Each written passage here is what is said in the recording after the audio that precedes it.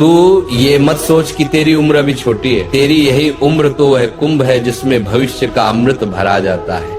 अगर इस समय तू अपने कर्म का, अपनी पढ़ाई का, अपने ज्ञान का आदर नहीं करेगा तो आने वाले समय में भाग्य भी तेरे द्वार पर दस्तक नहीं देगा। याद रख, विद्यार्थी जीवन खिलौना नहीं, तपस्या है, और जिसने तपस्या में आलस्य मिला दिया उसका भविष्य राख बन जाता है। हर विद्यार्थी चाहता है कि उसके शिक्षक उसकी प्रशंसा करें, उसके सहपाठी उसका सम्मान करें और वह परीक्षा में अच्छे अंक प्राप्त करे।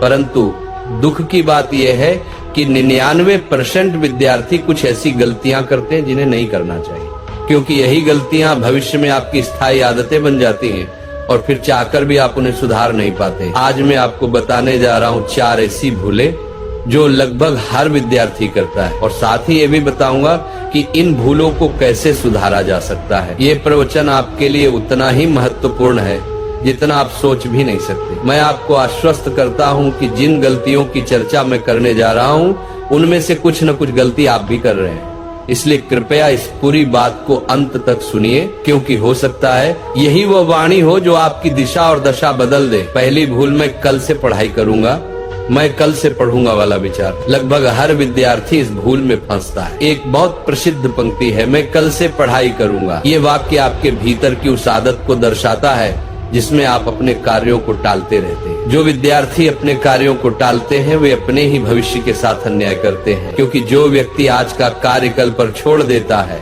वह कल आने पर भी वही बात दोहराता है, मैं कल से करूंगा, और वह कल कभी नहीं आता। हम अपने आप से वादे तो बहुत करते हैं, आज से मन लगाकर पढ़ूंगा, पर जब पढ़ने का समय आता है तो सोचते हैं अभी तो बहुत समय है, बाद में कर लूंगा, अभी थोड़ा फोन चला लेता हूँ, कुछ वीडियो देख लेता हूँ, और देखते ही देखते घंटे बीत जाते हैं। इस तरह हम अपना कीमती समय बर्बाद कर देते हैं। सोचिए, यदि मैं आपको रोज एक छोटी लकड़ी तोड़ने को दूं तो आप आसानी से तोड़ देंगे, पर यदि मैं आपको सारी लकड़ियां एक साथ दे दूं और कहूं अब तोड़ो तो आप नहीं तोड़ पाएंगे। यही हाल परीक्षा का होता है। अगर आप रोज थोड़ा थोड़ा पढ़ेंगे तो परीक्षा आने पर आपको कोई घबराहट नहीं होगी, क्योंकि आपने पहले से अपना पाठ्यक्रम पूरा कर लिया होगा। लेकिन अगर आप सब कुछ परीक्षा के एक दिन पहले पढ़ने बैठेंगे तो आपको कुछ समझ में नहीं आएगा। इसलिए इस भूल को तुरंत सुधारिए। नियमित रूप से अध्ययन कीजिए, चाहे थोड़ा ही पढ़ें, लेकिन नियमितता बनाए रखें। कभी भी कार्य को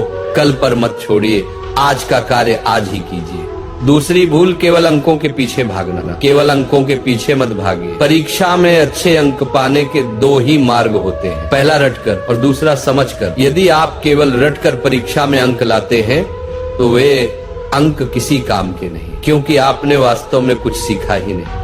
वह तो केवल कॉपी पेस्ट का काम हुआ। मैंने अनेक विद्यार्थियों को देखा है जो केवल रटकर पास होते हैं लेकिन जीवन में कुछ नहीं कर पाते, क्योंकि उन्होंने कभी कौशल और आत्म विकास पर ध्यान नहीं दिया। वहीं मैंने ऐसे भी विद्यार्थी देखे हैं जिनके अंक बहुत ऊंचे नहीं थे, पर उन्होंने अपने कौशल पर, अपनी समझ पर ध्यान दिया और आज वे सफल हैं, बड़े बड़े उद्योगों के स्वामी हैं या अपना व्यवसाय चला रहे हैं।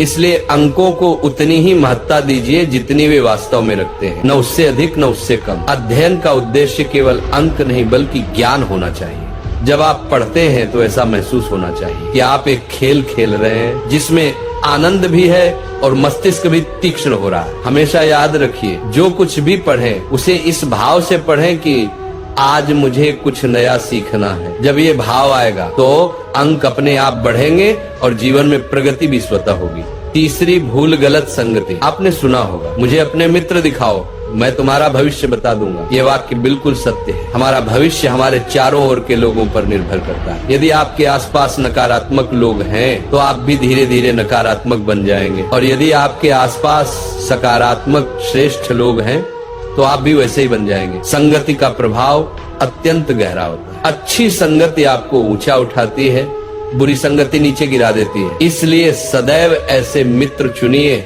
जो आपसे एक स्तर ऊपर हो, बुद्धि, आचरण और विचारों में, क्योंकि जब आप ऊंचे स्तर के लोगों के साथ रहेंगे तो आप भी उनके समान बनने लगेंगे। अगर आपके मित्र धूम्रपान करते हैं, शराब पीते हैं, तो आज नहीं तो कल आप भी वैसे ही बन जाएंगे। पर यदि आपके मित्र बुद्धिमान और परिश्रमी हैं तो आप भी उनके जैसे उत्कृष्ट बनेंगे। अच्छे मित्रों के साथ रहेंगे तो अच्छी बातें सीखेंगे, बुरे मित्रों के साथ रहेंगे तो बुरी आदतें आ जाएंगी। इसीलिए बुरी संगति से हमेशा दूर रहिए और अच्छे, विद्वान, समझदार मित्रों का साथ चुनिए। चौथी भूल, सोशल मीडिया का दुरुपयोग। सोशल मीडिया का निर्माण इसलिए हुआ था कि हम अधिक से अधिक लोगों से जुड़ सके, अपना ज्ञान साझा कर सके। लेकिन दुर्भाग्यवश आज हम सोशल मीडिया का उपयोग केवल समय नष्ट करने के लिए करते हैं। सच तो यह है कि हम सोशल मीडिया का उपयोग नहीं करते, बल्कि सोशल मीडिया हमारा उपयोग कर रहा है।